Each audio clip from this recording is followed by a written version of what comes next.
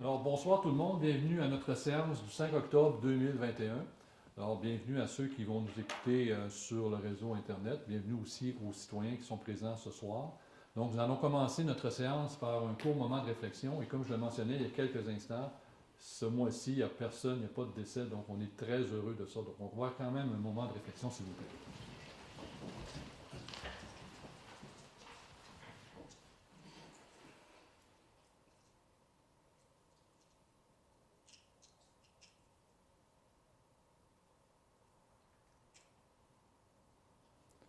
Merci.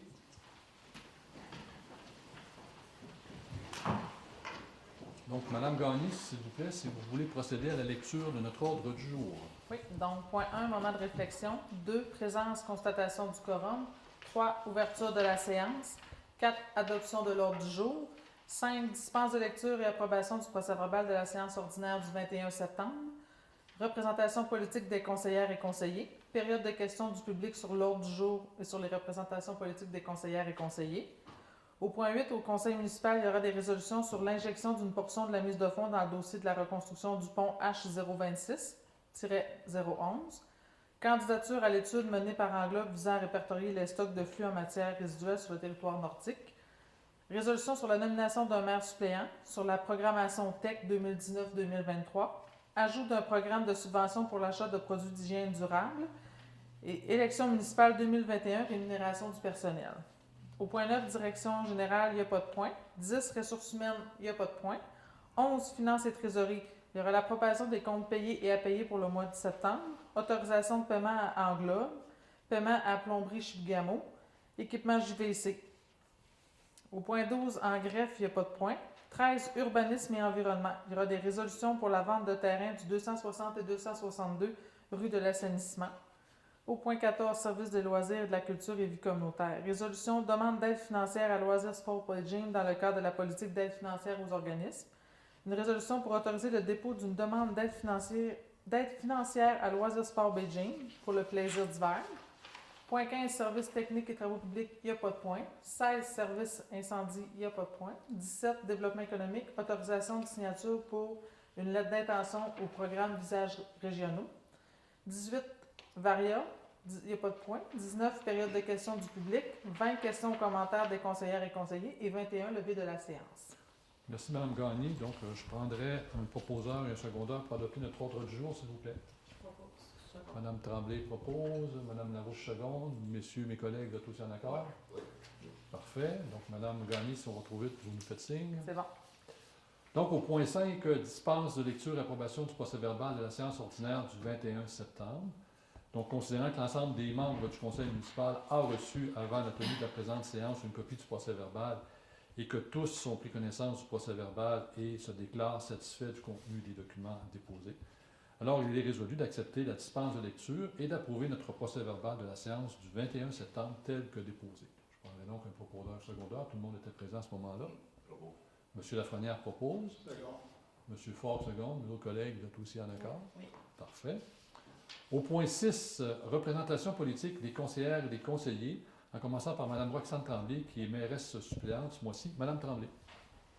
Oui, bonsoir. Alors, un plénier, et puis un CA le 29 septembre dernier, un CA de transport adapté. Merci, Mme Tremblay. Monsieur Lafrenière. Juste un plénier hier soir, c'est tout. Merci, Monsieur Lafrenière. Madame Larouche. Bonsoir, un plénier aussi, c'est tout. Merci, Mme Larouche. Monsieur Fortin. De même pour moi, un plénier. Merci, M. Fortin. Et finalement, M. Fort. Bonjour, moi le 22 septembre, j'ai assisté à la rencontre de la table régionale de concertation des années du Nord du Québec. Le 30 septembre, rencontre de l'administration régionale de Beijing à Level-Pavillon. Merci, M. Fort. Alors, de mon côté, évidemment, en compagnie de mes collègues, donc le plénier d'hier soir, mais également le 23 septembre, j'ai participé à la rencontre du gouvernement régional d'Iwichi, Beijing, et le 30 septembre à la réunion de l'administration régionale Beijing qui s'est déroulée. Alors voilà pour nos représentations politiques. Évidemment, c'est court, la liste est courte. Habituellement, c'est un petit peu plus long parce qu'on a environ un mois entre deux séances. Là, on a fait une dernière séance le 21 septembre et la loi nous permet de siéger jusqu'à aujourd'hui là, pour faire une séance, pour pouvoir approuver certains documents ou certains points là, avant la venue d'un nouveau conseil. Nous serions donc rendus au point 7, période de questions du public sur l'ordre du jour et sur les représentations politiques des conseillers et des conseillers. Donc, je vous rappelle, pour ceux qui sont présents, si vous avez des questions, il y a 2 périodes de questions.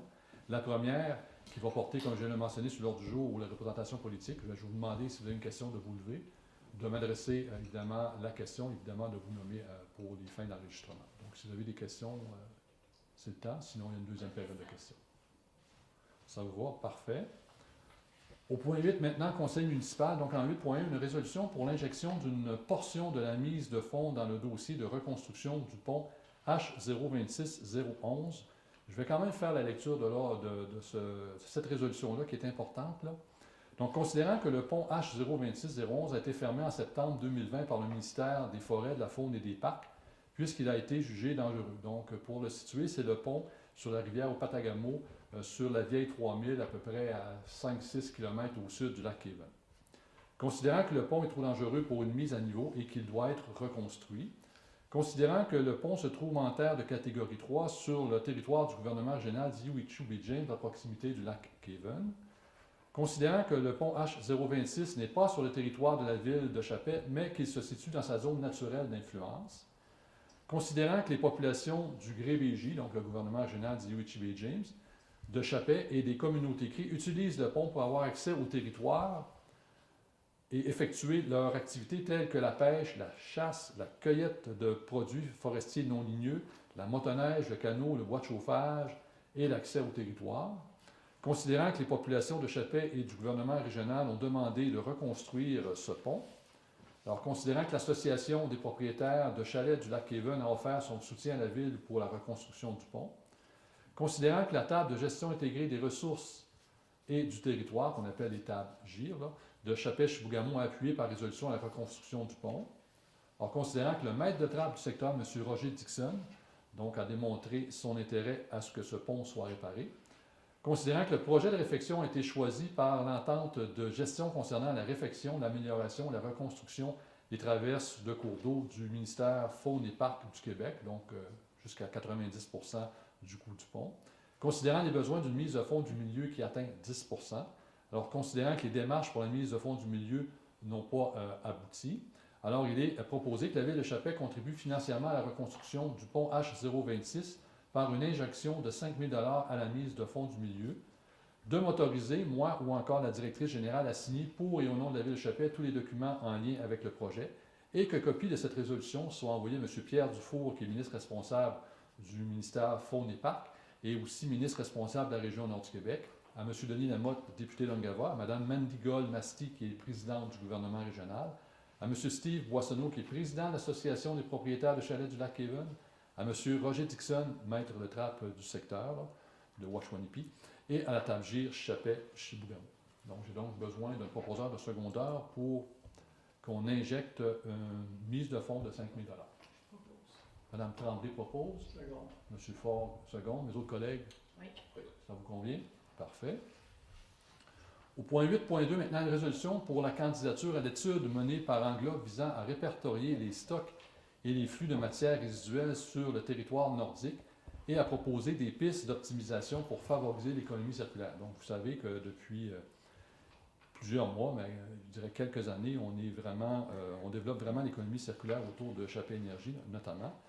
Donc, considérant la lettre datée du 29 septembre transmise par la firme Englobe qui invite les municipalités à soumettre leur candidature pour participer à une étude visant à répertorier les stocks et les flux de matières résiduelles sur le territoire nordique, considérant que cette étude vise à établir le portrait de 5 communautés et d'une société minière, soit un village nordique du Nunavik, une communauté crie des Yuichi, une communauté allochtone de la baie James, une municipalité côtière de la côte nord, un village de la basse Côte-Nord actuellement desservi par bateau ou par avion et d'une société minière au nord du 49e parallèle. Donc, ils veulent vraiment faire une étude pour voir, en termes de gestion de matières résiduelles, qu'est-ce que c'est.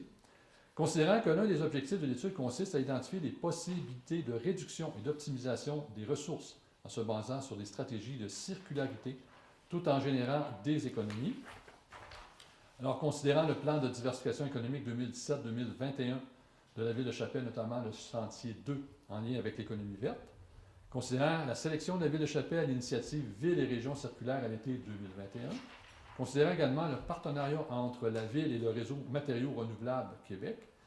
Considérant notre participation au comité de révision du Centre de transfert technologique en écologie industrielle pour la création d'une trousse pour la création de feuilles de route en économie circulaire au Québec. Hein, on se souvient, on a été aussi sélectionné là, une des 15 municipalités au Canada justement pour travailler sur l'économie circulaire. Alors, considérant l'économie et le tissu entrepreneurial de Chapet et le désir de la Ville d'être une ville verte, alors il est proposé de déposer la candidature de la Ville à l'étude visant à répertorier les stocks et les flux de matières résiduelles sur le territoire nordique et à proposer des pistes d'optimisation pour favoriser l'économie circulaire et de motoriser ou encore d'autoriser la directrice générale à signer pour et au nom de la Ville de Chapet tous les documents relatifs à ce dossier. Donc, je pense que c'était un beau projet compte tenu de nos caractéristiques au niveau de l'économie circulaire, de nos connaissances en économie circulaire. Je pense qu'on pourrait très bien cadrer là-dedans. Donc, je prendrai un proposeur et un secondeur, s'il vous plaît. M. Lafrenière propose, M. Fortin seconde, mes autres collègues, vous êtes aussi en accord? Parfait, merci. En 8.3, maintenant, une résolution pour la nomination d'un maire suppléant. Donc, considérant que le maire suppléant possède et exerce les pouvoirs du maire lorsque ce dernier est absent ou est empêché de remplir le devoir de sa charge. Alors, actuellement, c'est à Mme Tremblay. Donc, il y a des élections aussi qui s'en viennent, donc il y a des gens qui ne se représentent pas, il y a des gens qui se sont présentés et qui ont été élus par acclamation. Donc, il est donc proposé que M. Daniel Faure soit nommé maire suppléant de la Ville pour les mois d'octobre, novembre, décembre et janvier 2022, et que M. Faure soit autorisé pour la dite période à signer les effets bancaires en remplacement de Mme Roxane Tremblay. Donc, un proposeur et un secondeur. M. Fortin propose, secondé par M. Lafrenière. Mes autres collègues, vous êtes aussi en accord? Merci. En 8.4, maintenant, une résolution pour la programmation TEC 2019-2023. Donc, la programmation TEC, c'est la taxe sur l'essence du Québec. Donc, il y a des montants qui sont versés sur la taxe que le gouvernement prélève sur l'essence, justement, pour améliorer les infrastructures, notamment là, au niveau des infrastructures d'égouts et d'eau potable, entre autres. Donc, considérant que la municipalité a pris connaissance du guide relatif aux modalités de versement de la contribution gouvernementale dans le cadre du programme de la taxe sur l'essence et de la contribution du Québec pour les années 2019 à 2023, considérant que la municipalité doit respecter les modalités de ce guide qui s'applique à elle pour recevoir la contribution gouvernementale qui lui a été confirmée dans une lettre de la ministre des Affaires municipales et de l'Habitation. Alors, il est donc résolu que la municipalité s'engage à respecter les différentes modalités du guide, qu'on s'engage aussi à être la seule responsable et à dégager le gouvernement du Canada et du Québec, de même que leurs ministres, hauts fonctionnaires, employés, mandataires, de toute responsabilité quant aux réclamations, exigences, pertes, dommages et coûts de toutes sortes ayant comme fondement une blessure infligée à une personne, le décès de celle-ci, des dommages causés à des biens ou la perte de biens attribuables à un acte délibéré ou négligent découlant directement ou indirectement des investissements réalisés au moyen de l'aide financière obtenue dans le programme de la TEC 2019-2023. Donc, évidemment, ils donnent des sous, mais ils veulent se protéger, donc c'est ce que ça veut dire. Donc, considérant que la municipalité approuve le contenu et autorise l'envoi au ministère des Affaires municipales de la version ci-jointe et des autres documents exigés par le ministère, qu'on s'engage également à atteindre le seuil minimal d'immobilisation qui lui est imposé pour l'ensemble des 5 années du programme. Donc, ça veut dire que la Ville doit dépenser pour ses infrastructures, comme je disais tantôt en eau potable, entre autres, un certain montant sur 5 ans pour qu'eux puissent aussi décaisser un montant d'argent. Considérant que la municipalité s'engage à informer le ministère des Affaires municipales et de l'Habitation de toute modification qui sera apportée à la programmation de travaux approuvés par la présente résolution, et que la municipalité atteste par la présente résolution que le programme de travaux, version numéro 1, ci-jointe, comporte des coûts réalisés véridiques et reflète les prévisions de coûts des travaux admissibles. J'ai donc besoin d'un proposeur de secondeur pour aller avec la programmation TEC. Madame Larouche, secondé par M. Ford. Mes autres collègues, là, tous en accord? Oui. Parfait. Au point 8.5, maintenant, une résolution pour l'ajout d'un programme de subvention pour l'achat de produits d'hygiène durable. Donc, je fais quand même la lecture de la résolution qui est quand même intéressante pour certaines parties de notre population. Donc, considérant qu'il est d'actualité de conscientiser les citoyens à changer certaines habitudes de vie par de petits gestes afin de freiner notre empreinte environnementale, considérant que la Ville de Chapet offre depuis 2017 le programme de subvention pour l'achat de couches lavables pour bébés, considérant que la Ville de Chapet, dans une optique de réduction des déchets, désire innover en offrant un programme de subvention pour l'achat de produits d'hygiène durable. Alors, on a discuté de ce dossier hier. Donc, ce qu'on entend par produit d'hygiène durable, ça peut être des serviettes hygiéniques, ça peut être des couches aussi pour des personnes d'un certain âge qui souffrent d'incontinence, donc hommes ou femmes.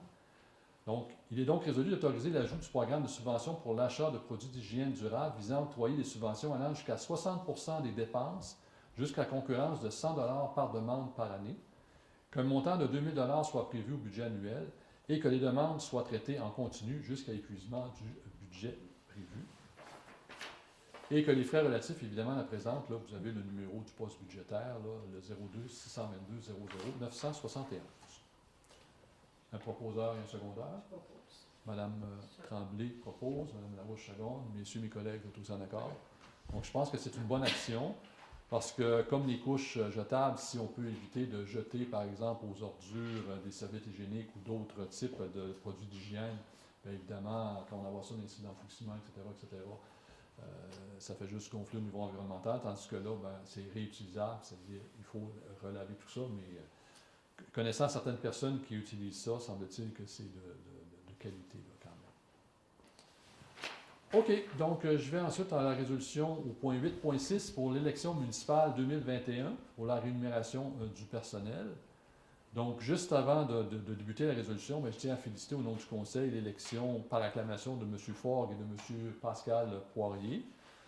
Donc, il reste encore 4 postes vacants de conseillers. Au niveau de la mairie, il y a 2 personnes qui se présentent, soit M. Jacques Fortin, qui est conseiller sortant, et Mme Isabelle Lessard. Donc, il va y avoir une élection qui va se dérouler le 7 novembre. Mais comme il y a quand même 4 postes de conseillers à pourvoir, il va falloir faire une deuxième élection un peu plus tard. Madame Gagné va vous expliquer ça dans quelques instants. Donc, au niveau de la résolution, bien, comme je viens de vous le mentionner, suite à la mise en candidature pour les élections du 7 novembre, 4 postes de conseillers demeurent vacants. Considérant que les citoyens seront appelés à voter de nouveau d'ici janvier 2022, considérant que le salaire du personnel électoral doit être établi, donc la présidente d'élection, le secrétaire d'élection, les gens qui vont travailler à la salle lors des jours de scrutin, soit par anticipation, le jour du vote. Alors, on en a discuté le 4 octobre, donc hier. Il est donc résolu que les tarifs de rémunération payables au personnel électoral pour les élections de janvier 2022 soient établis comme suit. Donc, pour l'élection, président d'élection, 2 000 $, secrétaire d'élection, 1 500 $, scrutateur, 225 $, secrétaire de bureau de vote, 200 $, président de la table de vérification, 225 $, membre de la table de vérification, 170 $, le primo, donc 225 $, et les réviseurs, 18 $ de l'heure. Donc, ça, c'est des postes qui sont établis par la loi. Donc, c'est pas un caprice de la municipalité de mettre tous ces gens-là. C'est des postes qui doivent être pourvus au niveau de la loi. J'ai donc besoin d'un proposeur de secondaire pour adopter ces tarifs pour la prochaine élection de janvier. Proposé par Mme Larouche, c'est ça, Bertrand? Ah, M. Fort, secondé par M. Fortin? Oui. Parfait, mes autres collègues, vous êtes tous en accord? Merci. Vous savez, des fois, avec les paravents, on n'entend pas toujours bien lorsque le son est bas. Donc, Mme Gagné, vous pouvez peut-être nous informer un peu de ce qui va se passer pour la deuxième élection? C'est bon. Fait que, suite aux 4 postes vacants, on a déterminé une nouvelle date. On avait 4 mois pour choisir une date pour les prochaines élections. Donc, la date qui a été sélectionnée, ça va être le 16 janvier 2022. Donc, le premier jour pour recevoir les candidatures va être le 26 novembre et le dernier jour pour les candidatures va être le 10 décembre. À la mi-novembre, après la période d'élection du 7 novembre, on va refaire un avis public à la mi-novembre pour donner les dates puis les postes vacants également. Fait que les gens vont pouvoir remettre les mises en candidature à partir du 26 novembre. Puis j'ajouterais aussi, le vote par anticipation va avoir lieu une semaine avant. Oui, il va avoir lieu le 9 janvier. 9 janvier. OK. Évidemment, on aurait pu tenir une élection plus tôt. La problématique qu'on trouvait au niveau du conseil, on a 2 personnes qui se présentent au niveau de la mairie. Donc, évidemment, il va y avoir un gagnant puis il va y avoir un perdant. Donc, si la personne qui perd veut se présenter dans un siège de conseiller, bien, si on avait fait une élection hâtive, ils n'auraient pas pu déposer leur candidature. Alors, c'est pour ça qu'on repousse pour pouvoir leur permettre de déposer leur candidature. Évidemment, on voit que la chose municipale les intéresse, donc peut-être que s'ils ne sont pas à la mairie, peut-être qu'un poste de conseiller pourrait les intéresser. Ça va pour tout le monde? Oui, oui. On avait proposé seconder déjà, c'est fait, parfait. 9, direction générale et administration, aucun sujet ce soir, comme en ressources humaines non plus. Au point 11, Finances et Trésorerie, donc en 11.1, une résolution pour l'approbation des comptes payés et à payer pour le mois de septembre 2021. Donc, il est proposé que la liste des comptes payés au fonds d'administration concernant les transactions du mois de septembre 2021 s'élevant à 362 172,81. Je recommence, 362 172,81 $, ainsi que la liste des comptes payés concernant la même période et s'élevant à 309 134,51 $, soit acceptées telles que déposées et que le Conseil autorise le paiement des comptes apparaissant dans la liste des comptes à payer pour le mois de septembre 2021. Donc, c'est des comptes qu'on a vérifiés hier. On a posé des questions. Les réponses ont été satisfaisantes pour l'ensemble des conseillers. Donc, j'ai donc besoin d'un proposeur de secondaire. Second. Monsieur Lafrenière propose, Madame Larouche vous secondez. Les autres collègues, vous êtes tous d'accord? Oui. Parfait. 11.2 maintenant, une résolution pour autoriser un paiement à Englobe. Donc, considérant qu'en vertu de notre résolution 20-04-184, un mandat supplémentaire a été octroyé à l'entreprise Englobe au montant de 39 050 $ afin de procéder à des travaux de terrain pour réévaluer les aires de protection d'alimentation des puits d'eau potable de la ville. Donc, ça, c'est dans le coin du lac Presqu'île, pas loin de c'est le Tesquaire. Évidemment, il faut produire au niveau du ministère de l'Environnement une étude aux 5 ans. Donc, évidemment, on n'est pas en mesure de faire ce genre d'études-là à l'interne, donc on fait affaire avec une firme d'ingénierie, donc qui était Englobe. Considérant la réception de la facture finale le 15 septembre de montant de 13 000 $ plus les taxes applicables, considérant la recommandation positive de Mme Mélanie Gagné, directrice générale, de procéder au paiement de cette facture, alors il est résolu que le Conseil municipal autorise le paiement de la facture finale à Englobe au montant de 13 000 $ plus les taxes applicables, et que les frais relatifs à la présente soient puisés à même le surplus accumulé, soit le poste budgétaire 03 310 00 699. Donc, ce n'est pas quelque chose qu'on avait mis au budget, lorsqu'on a fait notre dernier budget, parce qu'il y a eu justement des montants supplémentaires, donc on va aller chercher ça dans le surplus accumulé. Un proposeur et un secondaire? M. Fortin propose. Second. M. Fort seconde. Mes autres collègues? Oui. Vous êtes tous d'accord? Merci. En 11.3, maintenant, une résolution pour autoriser le paiement à plomberie Chibougamau. Donc, considérant que dans le cadre de la stratégie québécoise économie d'eau potable, le ministère des Affaires municipales et de l'Habitation exige l'installation de compteurs d'eau dans les immeubles industriels, commerciaux et institutionnels. Considérant que suite à l'analyse du bilan de la stratégie municipale d'économie d'eau potable, la valeur d'au moins un des indicateurs de performance dépasse l'objectif, l'installation de compteurs d'eau sur un échantillon de 20 immeubles résidentiels était requise. Donc, ce n'est pas la ville qui décide de mettre 20 compteurs dans des maisons, c'est vraiment avec la formule du ministère. Donc, il y a eu 20 maisons, résidences qui sont fait poser un compteur d'eau, tout simplement. Au niveau industriel, il y en a déjà qui en ont. Et au niveau commercial, ça va se faire dans la prochaine année. Donc, considérant le règlement 21-523 relatif au compteur d'eau, article 10, qui indique que l'installation du compteur d'eau et de ses composantes est assumée par la Ville.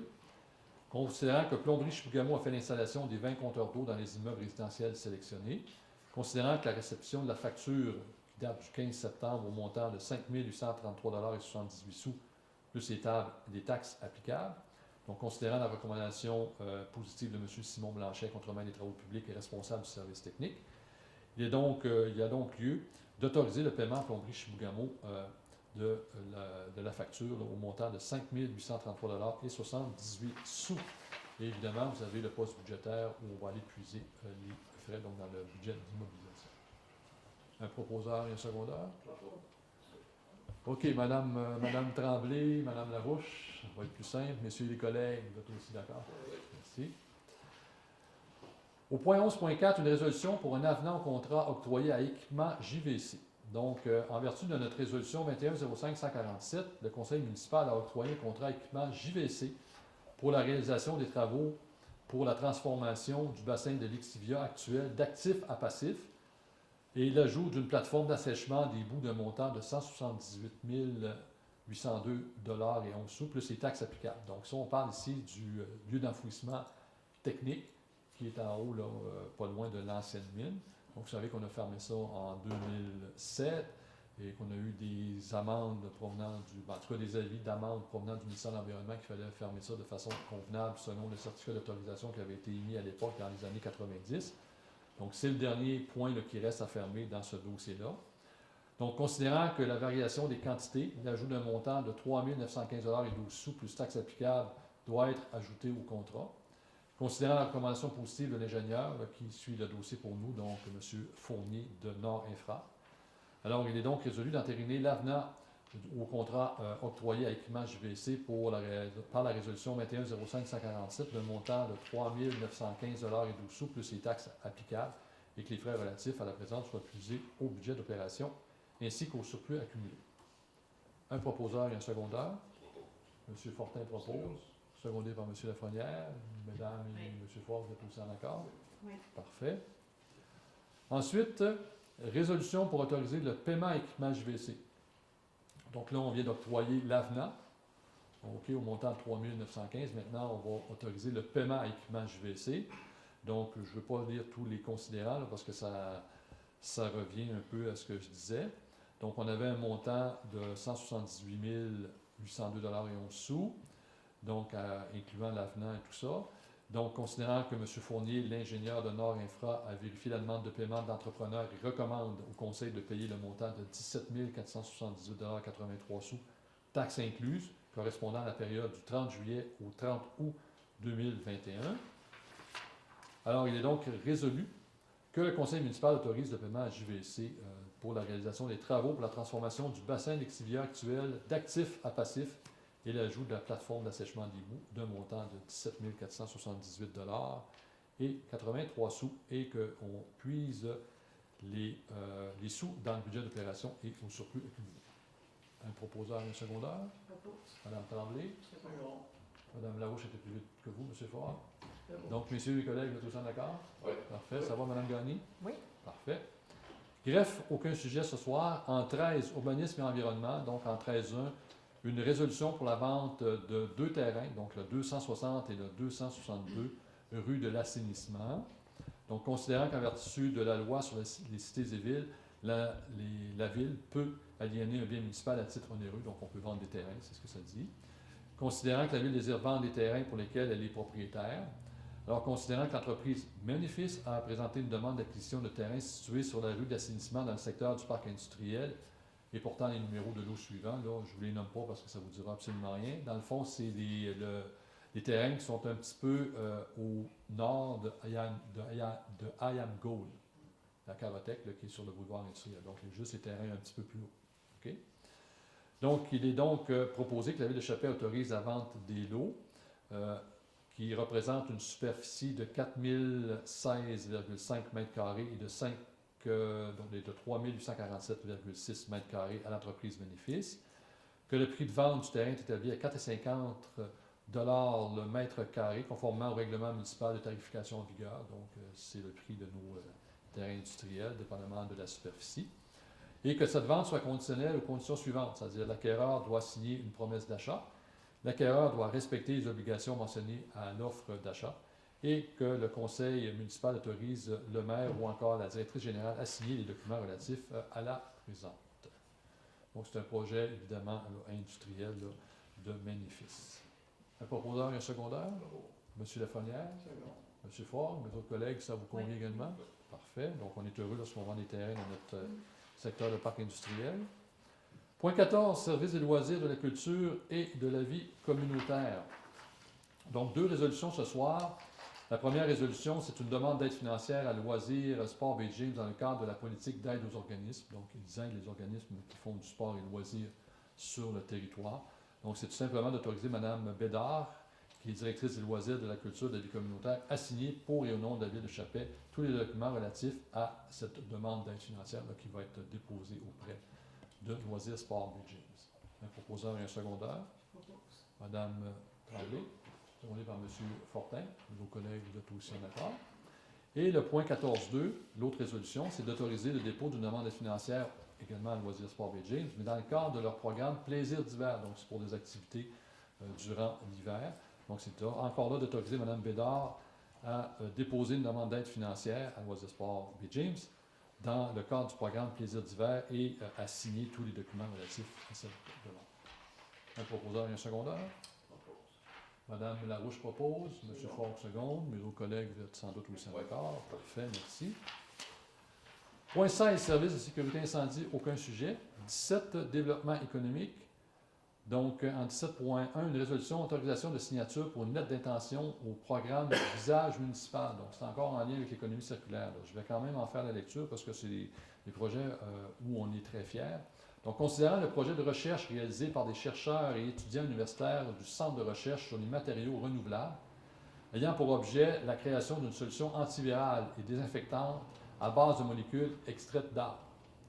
Donc, considérant que ce projet de recherche qui est basé sur le contexte actuel de la COVID-19 pourrait être appliqué à de futures pandémies, considérant que l'équipe du centre de recherche a approché la ville de Chapelle pour être partenaire dans ce projet de recherche, considérant que ce projet basé sur le principe de symbiose industrielle avec des entreprises établies dans le parc industriel cadre directement avec la mesure du plan de diversification économique de positionner Chapelle comme un leader en économie circulaire, considérant les autres avantages pouvant découler de ce partenariat, tels que le rayonnement de Chapelle comme vitrine de la transition verte post-pandémie et l'opportunité de tisser des liens avec des chercheurs universitaires renommés dans le domaine de la valorisation de la biomasse, considérant que ce projet de recherche est inscrit dans la première édition d'Espace Innovation et peut faire l'objet d'une aide financière dans le cadre du programme Visage municipal, considérant que si le projet de recherche est sélectionné, la Ville devra investir un montant en argent de 10 000 sur 2 ans, soit 5 000 en 2021 et 5 000 en 2022, et un montant en biens et services équivalent à un montant de 15 000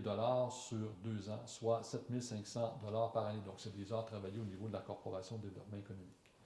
Et également, considérant que dans le cadre de ce programme, la municipalité partenaire doit soumettre une lettre d'intention avant le 4 octobre 2021.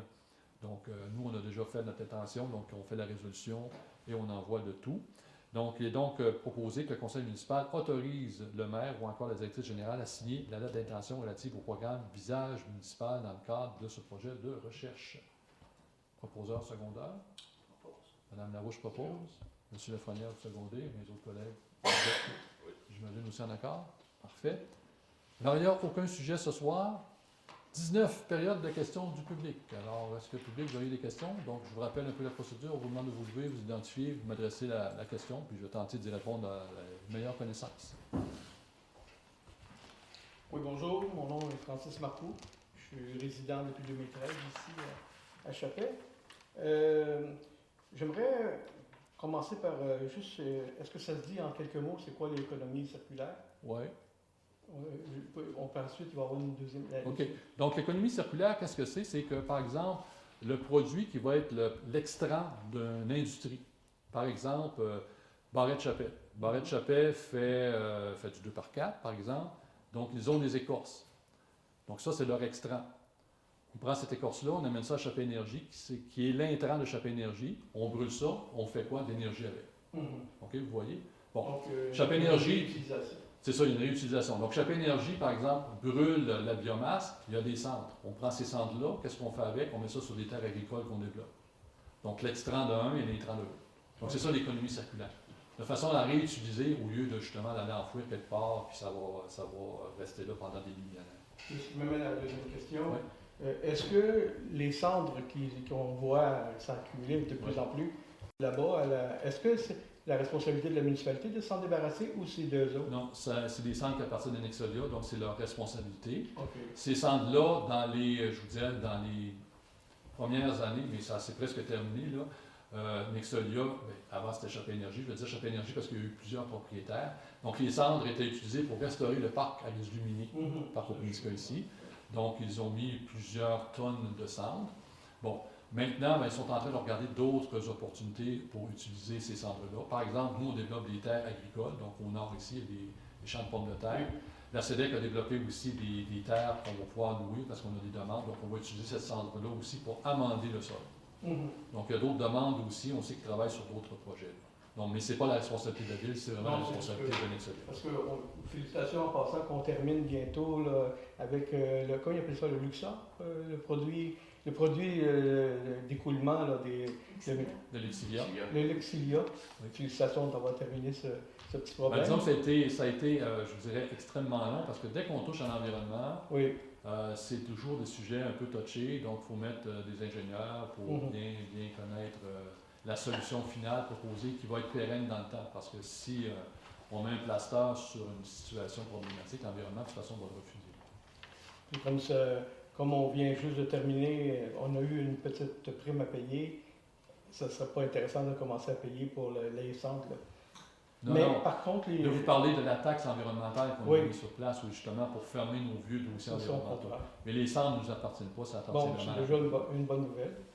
Et puis, ces cendres-là ne peuvent pas être utilisés pour, en mélangeant avec vos terrains contaminés, ça les rendrait pas neutres, je ne sais pas, je connais pas. Ah, il y a différentes possibilités, il y a différentes caractéristiques qu'il faut respecter au niveau de l'environnement.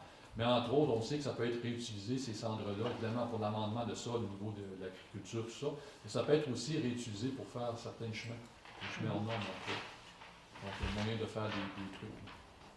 J'avais une autre question concernant Englobe, mais je me souviens plus. C'est quoi déjà Englobe? Englobe, c'est une firme d'ingénierie. Oui, qui fait quoi déjà? Qui fait toutes sortes d'études, ça peut être au niveau environnemental, ça peut être aussi au niveau technique, ils sont plus spécialisés. C'était pour le flux des matières. Ok, c'est pour ça que j'ai fait une marque. C'est parce qu'il y avait un rapport avec les deux. Ben, je vous remercie beaucoup. Parfait, ça fait plaisir. D'autres questions? Commentaires? Ça vous va? Parfait, donc si je n'ai pas d'autres questions, je serai rendu au point 20. Questions, commentaires des conseillers et des conseillères, commençant par Mme Tremblay, qui est mairesse suppléante. Mme Tremblay. Moi, j'aimerais inviter les gens en grand nombre à participer au Grand Défi Pierre Lavoie, la Grande Marche, qui va avoir lieu le 17 octobre prochain. Alors, vous pouvez avoir l'information, toute l'information sur le Facebook du service de loisirs, la culture de la vie communautaire, ou vous pouvez communiquer là, directement avec le service, avec Sylvie Bédard, au 745-2511. Vous avez aussi sur le Facebook, vous avez la carte, le circuit de la marche là, qui est d'une distance de 5 km. Alors, on invite les gens à participer en grand nombre. Merci, Mme Tremblay, en espérant que le beau temps persiste. Monsieur Lafrenière.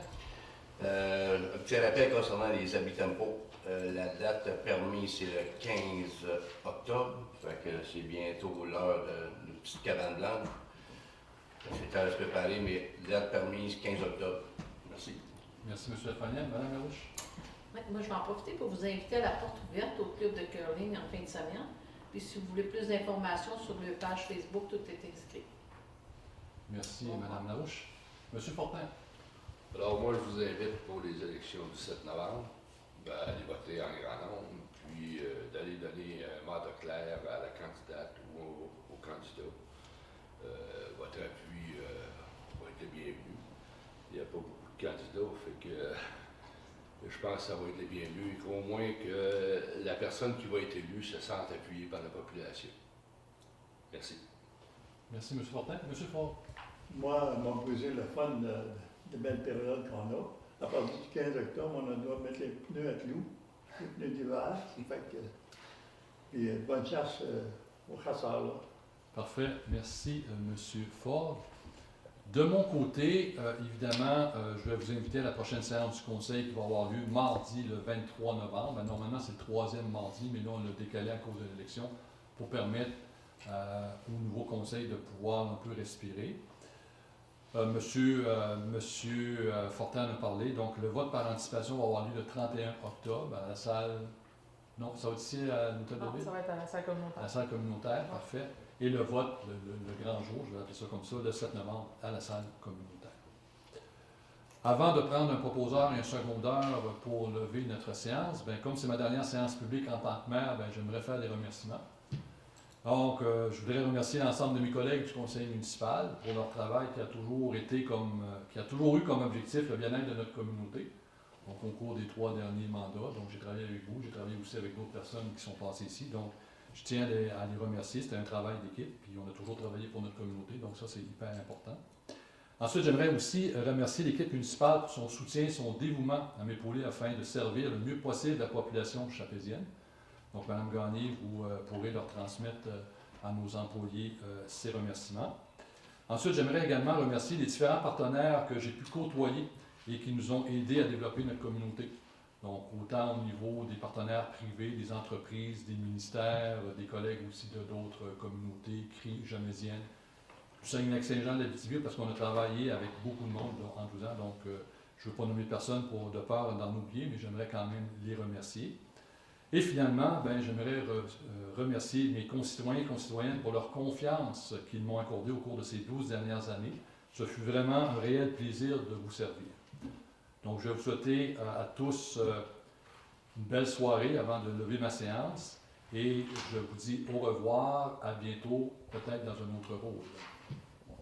Donc, je vais prendre un proposeur et un secondeur pour lever notre séance à 19h40. Je propose. Madame Tremblay propose, secondé par Madame Larouche. Donc, merci à tous, merci aux gens qui nous ont rendu visite ce soir. On vous invite aux prochaines élections. Une communauté, c'est important, ça prend beaucoup d'individus pour la faire fonctionner. Donc, merci, au plaisir.